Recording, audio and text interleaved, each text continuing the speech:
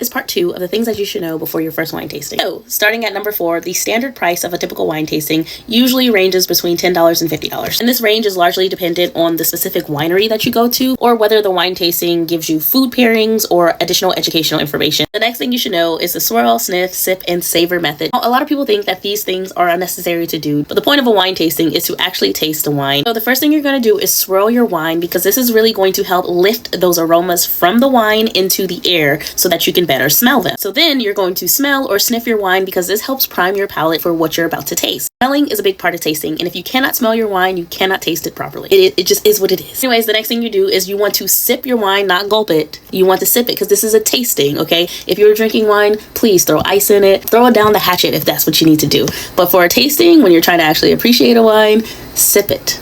Don't gulp it. So the sniff and sip portion of a wine tasting really is when you start to hear people say, I get notes of almond and cherry and banana peel and orange zest. And the last part is to savor, which a lot of people don't talk about. But essentially, when you're savoring a wine, you're focusing on how your palate feels after you've swallowed the wine. You're trying to see if your mouth starts to salivate, or maybe it feels dry. That is the savor portion. Let me know if you want a part 3. Cheers.